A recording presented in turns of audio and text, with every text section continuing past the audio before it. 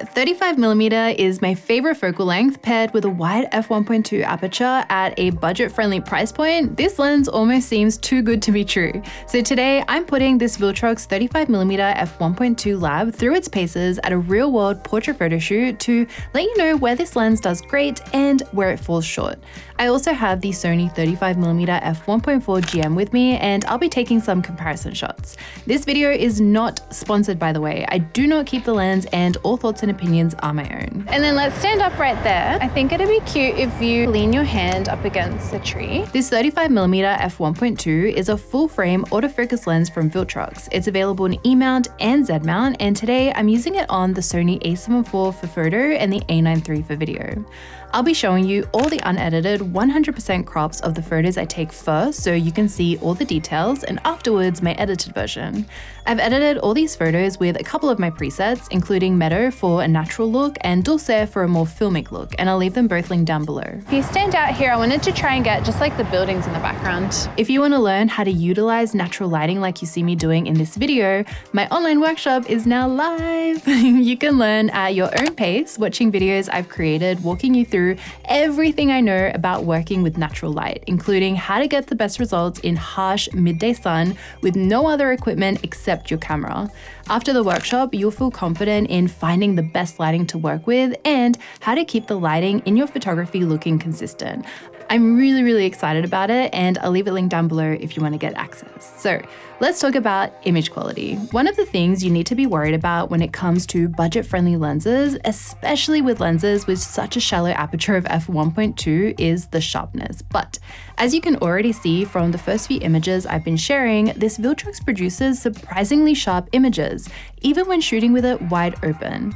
As usual, I was completely relying on autofocus to see what this lens can do on the a7 IV, and I would confidently shoot with this lens wide open again, as I'm really happy with the results I got. We'll go into the sun now. Yeah. The people in the background's kind of cute. Oh my gosh, that tree is coming out of your head.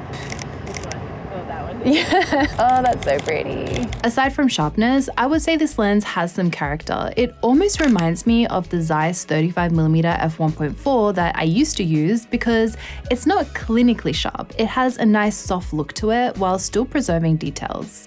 There is a bit of a warm color cast to this lens, which you'll see a little bit more when we take a look at the comparison photos.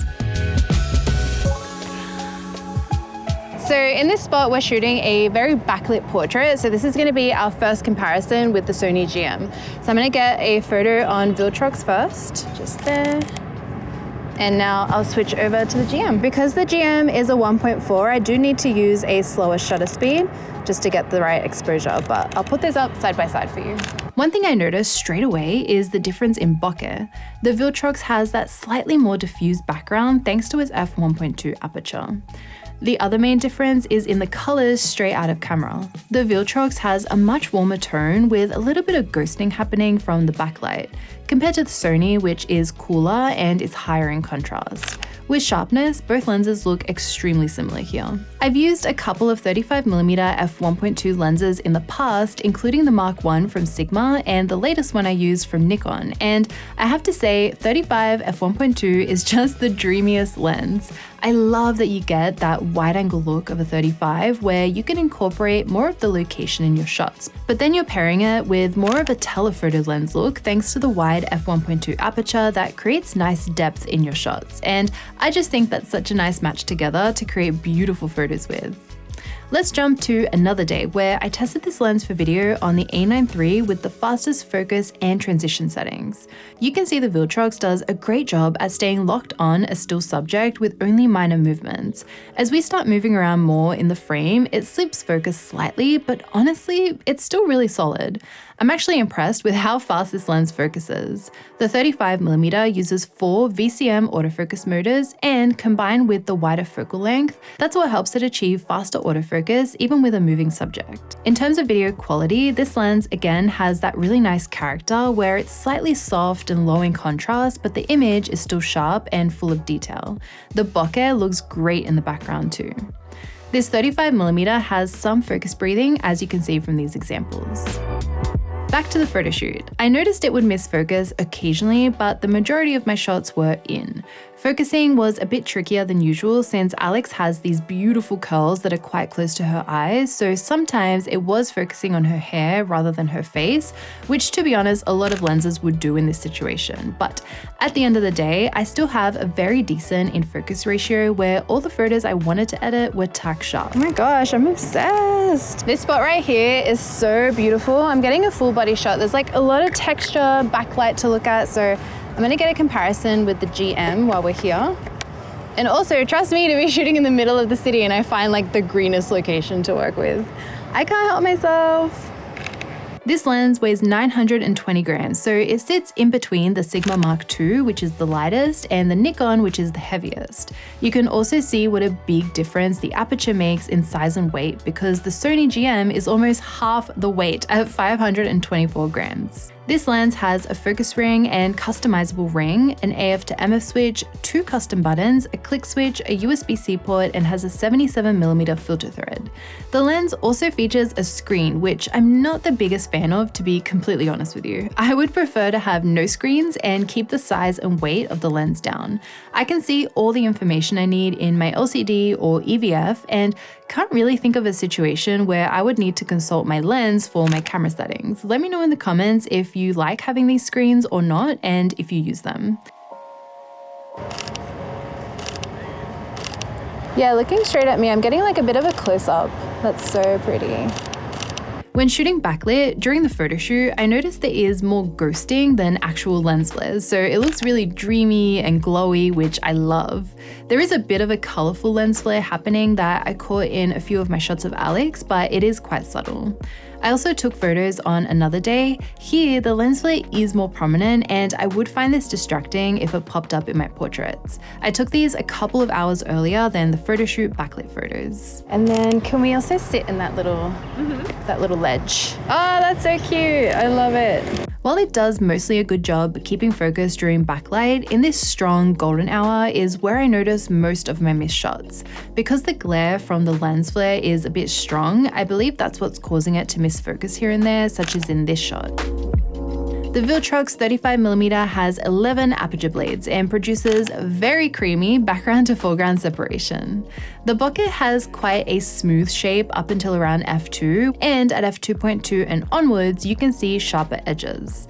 The Bokeh itself is quite textured with some minor chromatic aberration, but I never felt like that detracted from the photos we captured during this shoot. You can really only see that texture if you zoom in and look for it. And maybe even leaning, you can actually like lean back on that. Yeah. All right, this is my jam. This is like half green, half building.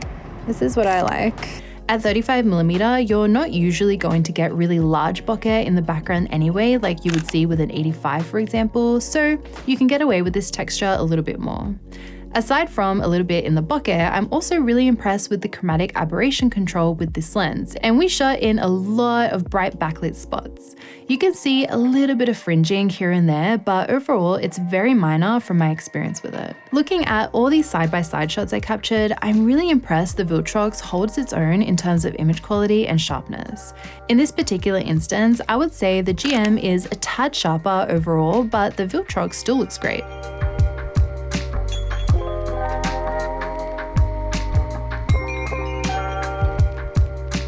Towards the end of our photo shoot, I wanted to take photos with these leaves that were low to the ground, and you can see here that even at f1.2 with a 35mm, it's the distance from the background to your subject that's going to make the biggest difference when it comes to bokeh and dreaminess factor in your photos. In order to achieve that really shallow depth of field look, you want the background to be further away from your subject so it gets that blur.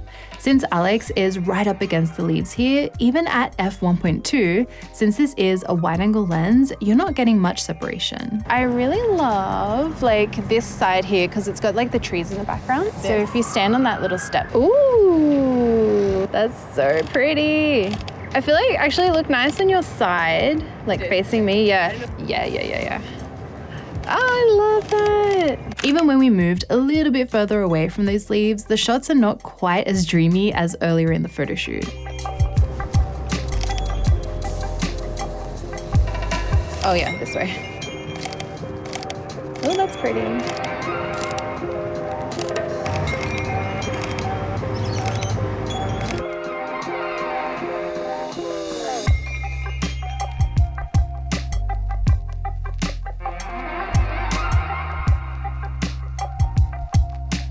Let me know in the comments what other budget-friendly lenses you want me to test out, and don't forget to check out my natural lighting online workshop, which is linked down below. But as always, thank you so much for watching. I make new videos every single week, and I'll see you all next time. Bye!